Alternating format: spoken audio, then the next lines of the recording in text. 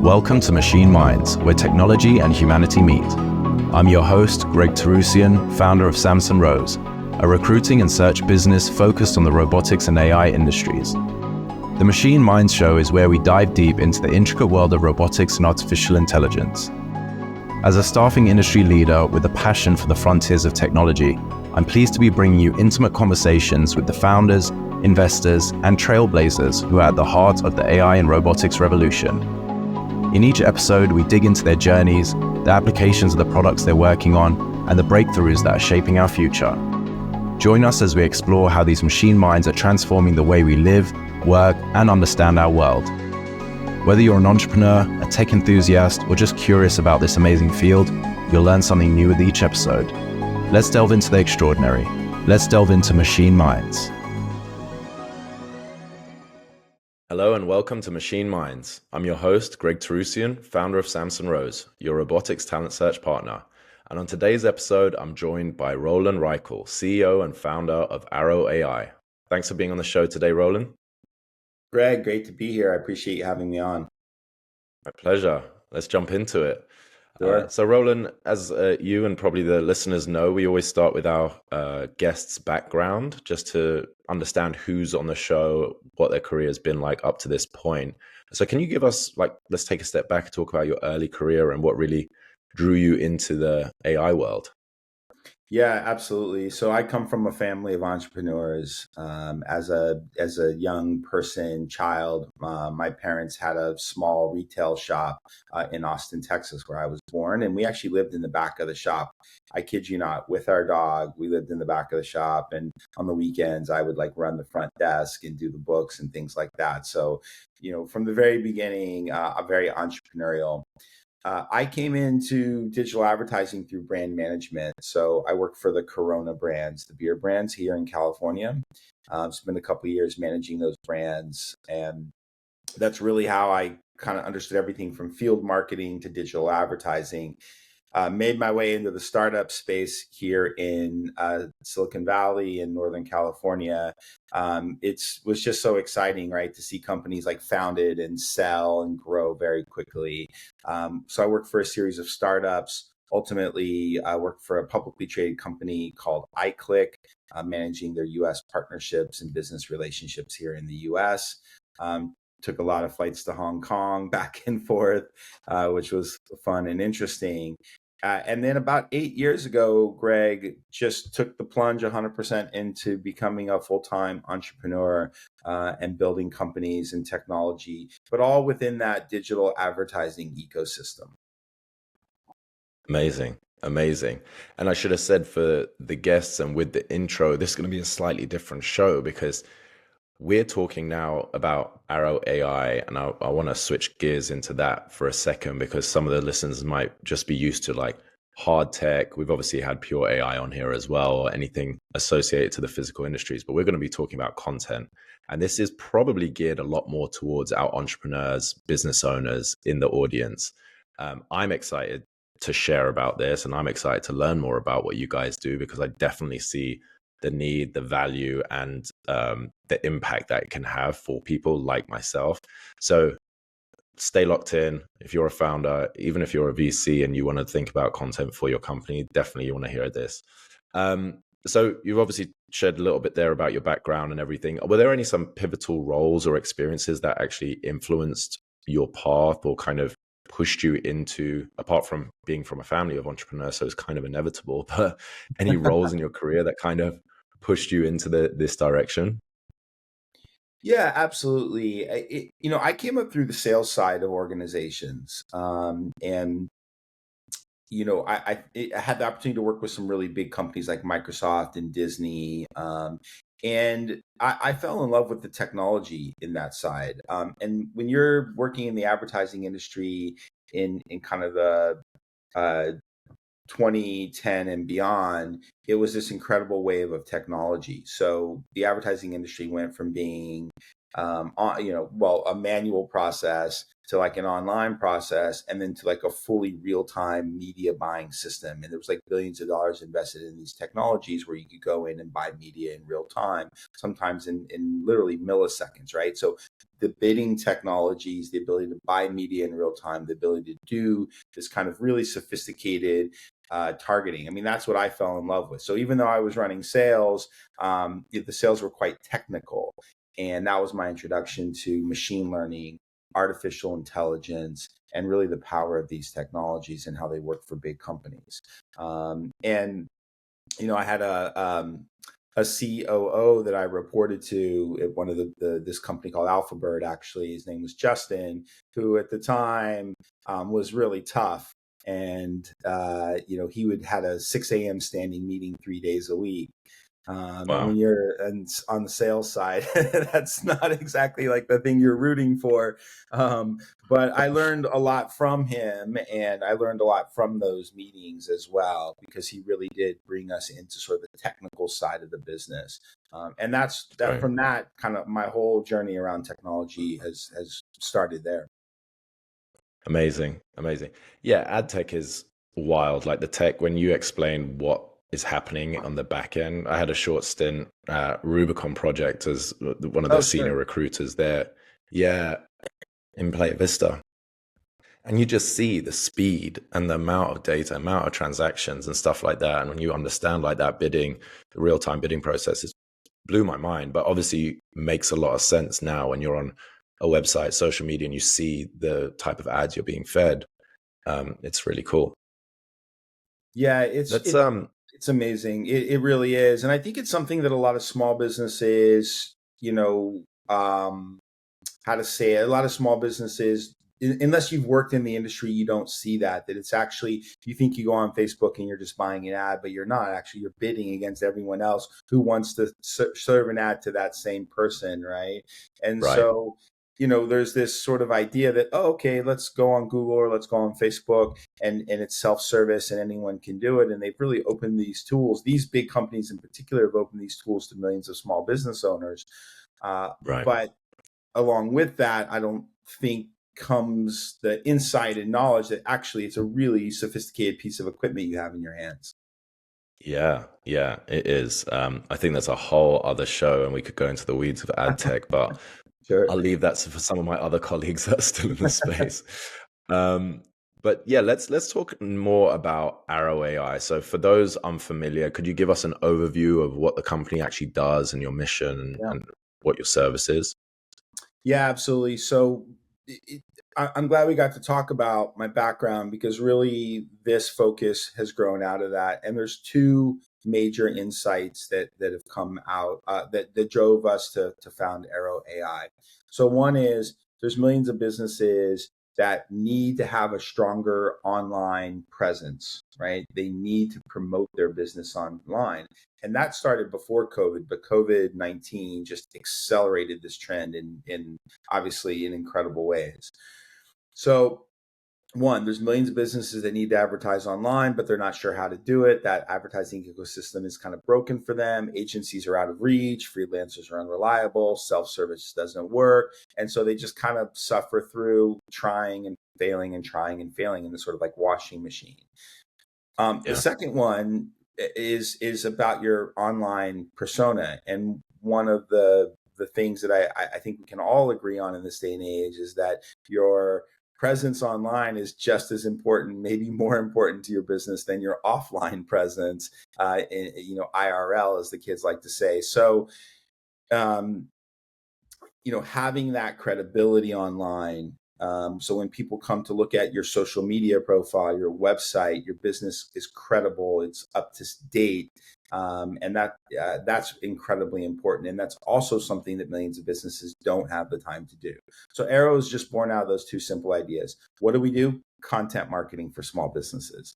So we automate content for their social media profiles, for their blogs, for their Google business profile, content that describes their business, tells the story of their company, and communicates to potential customers that they're really great at what they do. That's the core of it. And we've been doing it for a couple of years now. We're a startup in the best sense of the word, going into our third year. Amazing. That's really cool. So you guys are obviously leveraging AI alongside content specialists, right? This isn't just a pure automated thing in the background Yeah, has a life of its own. Um, let's talk about sure. yeah, let's talk about some of those real world applications and the impact that that has on the businesses, because you mentioned people now looking at the online persona, online presence of companies, the importance of that. I think anyone who's an entrepreneur or even a consumer can understand the importance of that, right? But how is that really helping your clients? How are you alleviating the workload and making things a little more successful for them? Yeah, there's a really great example. I just met with them yesterday because I really like to take time to go and meet with our users. So I spend at least 2 or 3 hours every week just reaching out a couple emails and setting up meetings and talking to our users to understand their experience with our product. And how the content's benefiting their business. So Anthony Ciotti is a veteran, and Anthony, if you're listening to this, thank you for your service. He's a small business owner. So after 20 years in the military, he started a toy company. That was his big vision. Wow. It's like, hey, yeah, I want to retire from the military. And so he does these amazing, like Star Wars figures and old comic books and really wonderful vintage toys as well. And when we first met him, he was just really struggling. He had a website, but really no social media posts.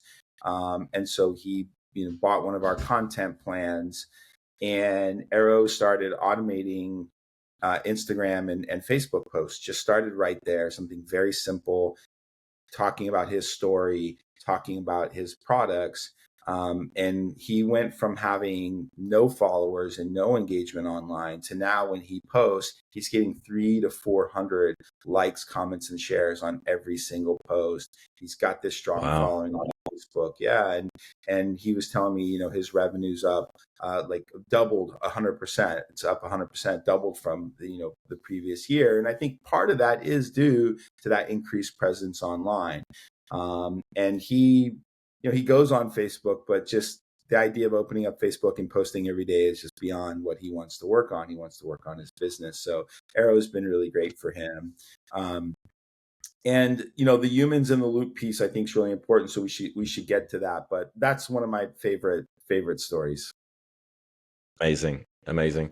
Yeah, before we jump into that, I guess let's move into that first before I talk more about the entrepreneurial side. But we were talking a little bit offline, and for the general public, for people who aren't in the space or currently using AI, there's sometimes resistance, and sometimes people have like negative connotations. They're like, oh, ethically, it's not the right thing to do, or it's not real, and blah blah blah. Like I mentioned, it's not fully automated in the background, so it's not, doesn't have a life of its own. It's just posting.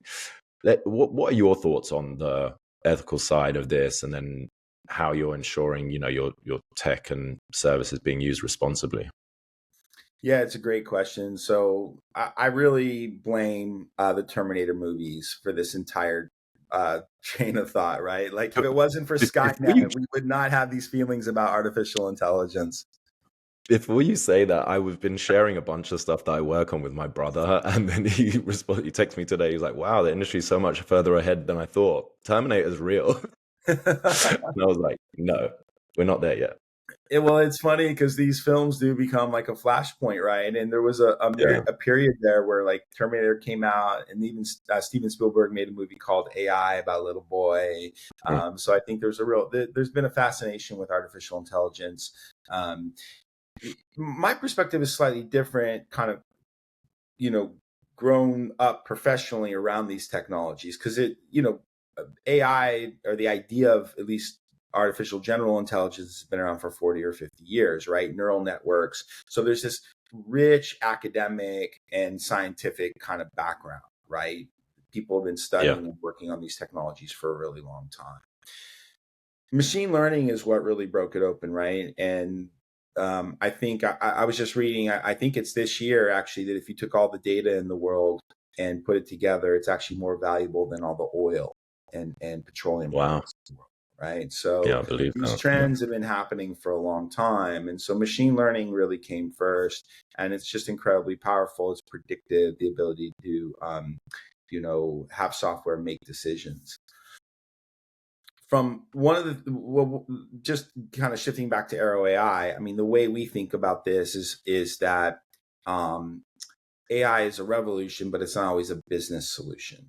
And what I mean by that is it's not something that just kind of works off the box. And as incredible as GPTs are, and I think most people have experienced GPTs, there's 100 million users in OpenAI now, but um, and that's fun and cool, but it doesn't mean it's kind of ready for your business or it solves your business problems. And I think in the next 5 to even 10 years, there's going to be this gap between kind of what AI can do for your business and what you need it to do for your business. And there's a role for Yeah. humans in there. And that's how we do it, right? So we use a lot of AI tools, but at the end of the day, before anything ever is posted on any social media account or any blog hits a website, one of our team of content experts reads it and looks at it and makes changes. So we see it as this incredibly powerful tool that, quite frankly, saves makes our product very affordable for lots of people. But at the end of the day, there's a strong role for humans, and I think that's going to continue for the next 5 to 10 years. Definitely. Yeah. I think that anyone using AI right now in their day to day, or even any part of their role, cannot leave it to do its thing un, you know, not uninterrupted, but without any sort of guidance or overview, because it's still not foolproof. Whether you use ChatGPT as a starting point for an outline of a speech or whatever like that, you always need to jump in and tweak it, right? Same thing with content creation, same thing with anything, image generation, whatever it is, it's a great starting point, foundation, and it can get to a pretty good point, but you need to be involved. So that's really good to know. Thanks for sharing that. Yeah, I think one of Jumping, the big gaps with AI right now is just branded content. So mm, if you go to ChatGPT and getting back to say Anthony and his toy company, you type in, "Hey, make me a social media post and use my logo," that GPT is going to come back and say, "No, I can't do that. Right? I can't use oh logos." really? Yeah, so that Mm, kind of branded content's a real limitation. I think there's still a lot of things to be sorted out in this industry around the use of logos and this kind of thing. So that's an area where AI, exactly as you said, Greg, like AI can get you a long way, but then you really need still a content expert. And we have a team of over 20 experts full time in the company. We also work a lot with the freelance community where there's literally hundreds of thousands of really strong business content experts, yeah, so that they can do that kind of customized and branded content, which many businesses need. love that. Okay, cool. Good to know. And I guess I didn't even know that you couldn't do the branded content with the GPT. So that's cool. Yeah, it won't produce a logo. Yeah, interesting. I wonder why that is. Is it just for copyright reasons, or why have they turned Copyright that off? reasons. And I think, like, well, it will produce a logo if you say, make me a logo for this. It'll produce Yeah, a sort yeah, of a piece of work. But if you have a logo and you say, hey, I need this in this image, it won't place your logo in there. And I think it is copyright reasons and other yeah, things there. Yeah. yeah. I guess they can't. They're not 100% sure who's doing it, so I couldn't like take a Coca-Cola or Nike logo and stick it in there and say make me something new with it. So regardless if it's your own logo or not, they probably just turn that off. Yeah, I mean, you talk Okay. about the role for humans. It sounds like with some of these things, there's going to be a role for lawyers over the next 5 or 10 years as well. That is for sure. Yeah, that's not going away, I don't think. So when we talked about before, you come from a family of entrepreneurs. You founded Arrow AI from scratch as well. Obviously, starting a company comes with challenges, regardless of how much experience you have or not. It's never smooth sailing. Can you talk about some of like those initial hurdles that you faced and how you overcame them? And I'm also curious, two-part question, how it's been founding an AI company within this recent AI craze as well, because there's been so many eyeballs on it, so many dollars thrown at it, and Yeah. it's easy probably to get lost in the noise when you've actually got like a viable, impactful product and service. Yeah, and we were early to the AI market, meaning that we actually launched our product before even OpenAI did. So we were about Really? 6 months ahead of them. Yeah, in terms of their consumer facing GPTs. I'll tell a Nice. quick story. So when we first founded the company, we went through a name change. We actually started off as customsocial.com, which was, we didn't love the name. So we played around with that for a few months, and then quickly landed on Arrow AI and have been, using that as our brand since the beginning. And when we initially bought the website, it was getarrow.ai. And I got quite a bit of pushback from some of the investors. And they were like, Roland, we really think you need a .com. It's much more recognizable. No one knows what this .ai thing is. This is about, I call it 22, 24 months ago. Fast forward to today, and the same investors are like, Roland, you're so brilliant. That's amazing. You went for a .ai. What a great choice. I've never seen anything like this, that in the space of 18 months, the recognition around artificial intelligence as a product, and even the .ai is sort of a representative of that. The acceptance of .ai is representative of that acknowledgement of these technologies. I've just never seen this kind of rapid adoption, right? And the numbers back it up. The more Yeah. people using this product in a shorter time than any other product in history. So that's been great. Timing, though, is really important in startups. So getting to the first part of your question about the challenges, we did have a rough first couple of years because I think we were early to the market, and the things we were trying to build even 24 months ago were difficult to build and expensive to build. And we've seen in the space of 10 months, stuff that we spent months on, you can now do out of the box. Whether that be sort of DevOps or the use of certain, AI models or small models and these kinds of things. So we were a little early, and I think we struggled for that reason, but happy to be a part of the market now. Right. Yeah. Sometimes timing is everything, isn't it? I guess if you're so there's different viewpoints, right? Like first to market is normally a great thing, but then if you're too early, things are either going to be more expensive, or getting user adoption and stuff like that is going to be a struggle. What's your perspective on all of that?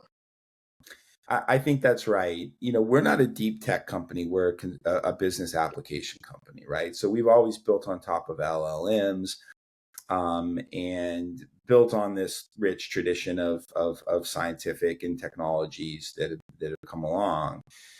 And our mission statement has been, hey, look, there's a role for AI for millions of small businesses, and we want to get it in the hands of as many businesses as possible and put time and money back in their pocket, right? So that puts us squarely in that application space. But yes, timing is critically important. And even 6 months ago, we were getting questions about what is the AI, how does it work? Now the questions, that kind of questions around the core technology have been replaced by, well, how much does it cost, and does it work for my business? So Yeah. it's just been amazing, and we've enjoyed those tailwinds, and appreciative of big companies that have really educated businesses around the power of these technologies. So we're riding the wave. That's great. That's great.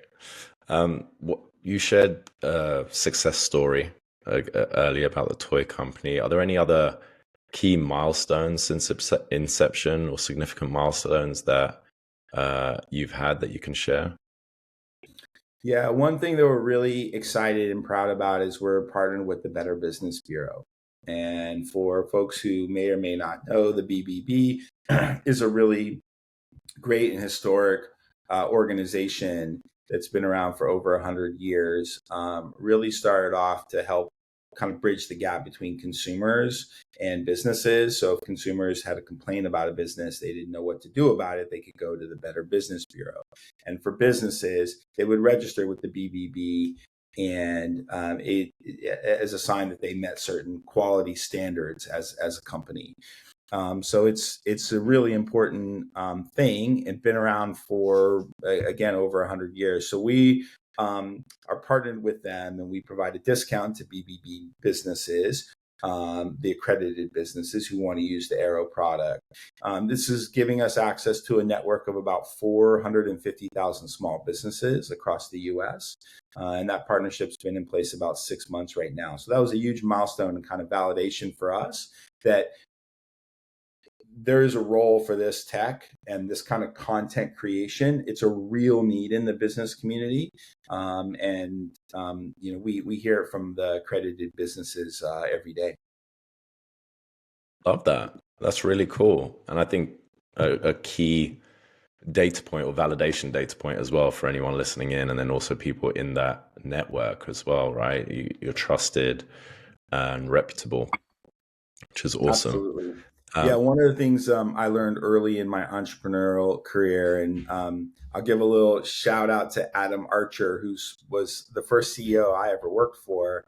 Amazing engineer from Apple. Actually, he was on the team that built the first iOS 1 for the very first iPhone. Spent 2 years sleeping Wow. under his desk, like building it. Yeah, amazing stories, like Steve Jobs, like sending him tickets and and notes around the software. But he taught me something really important, which is when you're a small company, you want to partner with big companies. And when you're a small company and you can partner with a big company, and there's benefits for that bigger company, right? They love the innovation, it's new technologies that they can't develop in house, but it can be absolutely pivotal. So for other entrepreneurs, I would say, find those big companies out there where you have a strategic fit, reach out to them and find a way to partner. Even if it's in a in an innovation context, however it is, because it can be tremendously beneficial for your business in those very early stages. That's great advice. Uh, let's talk more about team growth and leadership. You mentioned you've got like 20 creative professionals and specialists on staff. I'm not sure how the rest of your team is built up, but can you share more about like your leadership philosophy and how important it is for you to have a strong team? Obviously, the creative specialists are like bread and butter for what you do, but just in general, operational side, sales side, whatever else, how important that is.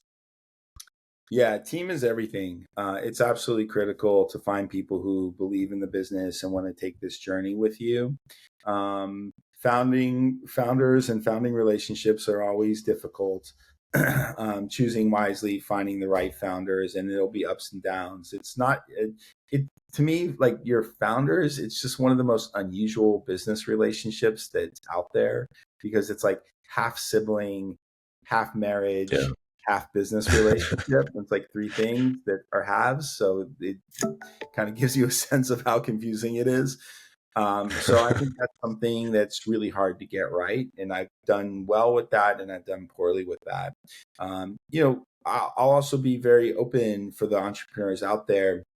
I think one of the biggest mistakes we made at Arrow was some of our early decisions around team, and not choosing the right people. And those early folks really can change the direction of your business. The other thing I'll say is starting a startup in the Bay Area has its own set of dynamics as well. In some ways, being 45 minutes from Silicon Valley, you have access to some of the most amazing communities and talent in the world. Yeah. In another way, it's they say Bay Area prices are high, whether you're having a hamburger or a burrito or trying to hire an engineer. It's kind of all the same. Yeah. So there's challenges in starting a startup in the Bay Area as well. Yeah, I bet. And when it comes to bringing all the team together, is everyone based up there, or do you have remote staff? Yeah, so we're a 100% distributed company. We were founded in 2020, grew up as an infant in the COVID times, but Yeah. founded, yeah, which was, hardened us and taught us so many things. And really, I had to learn to be better at process in a lot of ways. I think as a CEO, your job's to sell the company, your job's to, be the visionary. Your job is to promote the company and hire the talent and set the vision. But one of the things that I had to really buckle down and get good at was process, Mm. because we're not all together. And so whether that be really a deep dive around our meeting structure, tool selection becomes incredibly important, right? Like what's that Yeah. internal workflow and management stack look like? Because these tools, you use them constantly every day and everyone has to buy in. And if some people aren't bought into your project management tool and they're only using it half time, and then things start falling apart, right? So I learned a lot and spent a lot of time thinking about that. But yeah, we were built to be remote from the beginning. And I think we've done a good job with it. Uh, we've been able to get talent from all over the world. So we have people from the Philippines, Mexico City, Northern California, Southern California, New Jersey, kind of all over the U.S. as well. And yeah, it's been an interesting learning experience. That's great. Um, are there any examples that you can think of your team? I'm curious more so for myself now, because with a fully distributed team working collaboratively, if you've got an individual job, it's like, okay, cool, I know what I'm doing. I've got those directions, I've got that project and that timeline, cool. But do you have any examples of how your team has worked together or come together over like significant challenges, projects, anything that they've had to work collaboratively while being remote? Or does everyone do their own tasks with their own stuff? Yeah, I think there's a level of professionalism and trust that becomes incredibly important because people are really um, working very independently. And Yeah. I think there's kind of different archetypes when it comes to leadership and CEOs. And I'm not a micromanager, so that's one thing I think's really helped the company and helped me as well. And Nice. um, keeps my stress level as low as humanly possible. um, and I think the other one is accountability. So we made a transition to using Notion as our project management tool about 3 months Okay. ago. And we put a significant amount of time and resources into really building out those workflows, what those pages look like, and how people work. And it was a challenge to get everyone to accept it. I think the content experts and operational staff embraced it right away. It was really the management staff that took the longest. And I was pushing hard for it, and there was a lot of heated meetings around, do we need this and how do we use it? But once we got everyone around the bend and using it as a project management tool, I think it's increased our productivity. I think it's made our communication happier because you can't pick up the phone. I mean, we use some huddles and other kind of jumping on calls, but really a lot of what we do is um, written down and passed, Yeah. and people are seeing it asynchronously. So um, Nice. getting people to around that project management was a huge milestone for the company. That's yeah, I bet. I bet. And it's probably so impactful with getting things done. Reminding me of some of my to-dos. Thank you for that. Yeah, the list is long. Yeah, never ending. All right, well, I know we're almost at time. I'm conscious of that. Before we wrap, couple of things. Are there any trends that you're seeing shape the future for AI and content generation that you're particularly excited about? Yeah, I think there's two major trends happening right now. So one is we are in call it the great wave of entrepreneurialism. So we saw that all the way through kind of the beginning of COVID and up until now. The number of new businesses that are created every year, it's in the hundreds of thousands, has continued to just like step up and step up and step up. And I that that trend I think is closely aligned with the mobility of work, call it the rise of freelancers and fractionals and that whole community. I was reading somewhere, I think, that over 40% of the US workforce by 2035 is going to be a fractional, working in some kind of fractional way. Really? So this is a massive shift towards sort of people starting businesses, people working mobily, and people working in fractional ways across companies. And so if you're highly movable across work, the thing that comes with you is your work and your online persona. Like that stays consistent through no matter what. It's like your LinkedIn profile, right? You might have 20 jobs, Yeah. but you have the same LinkedIn profile. And I think if you think about it that way, it's really interesting. So people's online personas become even more important as they move. And I think in the next 3 to 5 years, when you join a job on day one as part of your um, onboarding for that company, you're going to get a company email, you're going to get a company Slack account, and you're going to get a company agent. And every person will have a personal AI agent that follows them through life, and they'll have a work agent when they join the company, and that work agent will manage a lot of automated tasks for them, and also be a key way that they integrate and work within the company. And I think that's really only 3 to 5 years away. Wow. That's exciting. Yeah. I haven't heard anyone share that before. That's really cool. Yeah, it's Um, interesting. all right. Well, thank you so much for your time. Are there any final thoughts or any interesting things that we should keep a lookout for with Arrow AI that are coming up in the future?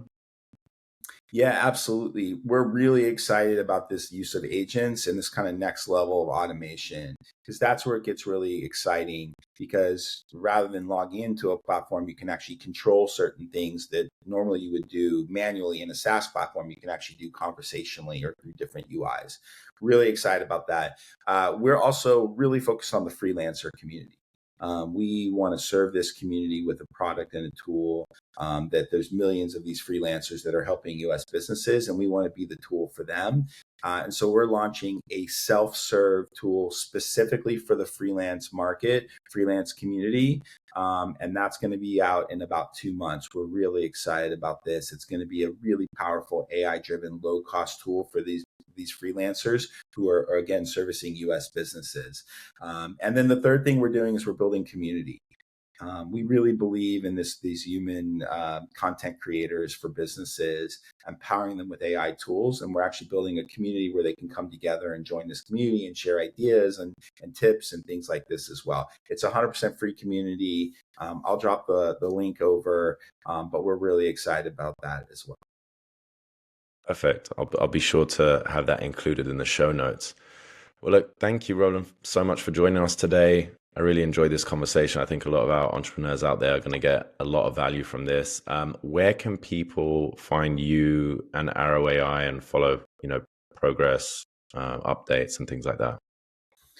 Yeah, well, like many of us, I'm very accessible online. So hit me up on LinkedIn. It's just /Rolan Reichel, Reichel is my last name, first name Rolan, Rolan. Our website is www.getarrow.ai. Drop us a note there. We've got a chat bot, obviously, on the site. So feel free to reach out, get in touch if you want to talk about Arrow, if you want to talk about content creation, and you want to talk about fundraising and entrepreneurialism, any of those topics, happy to chat with folks. Perfect. Thanks again. I look forward to keeping an eye out on what you guys do and also trying out the product. So stay tuned. I will be reporting back. Sounds good, Greg. I really appreciate you having me on today. My pleasure. Take care.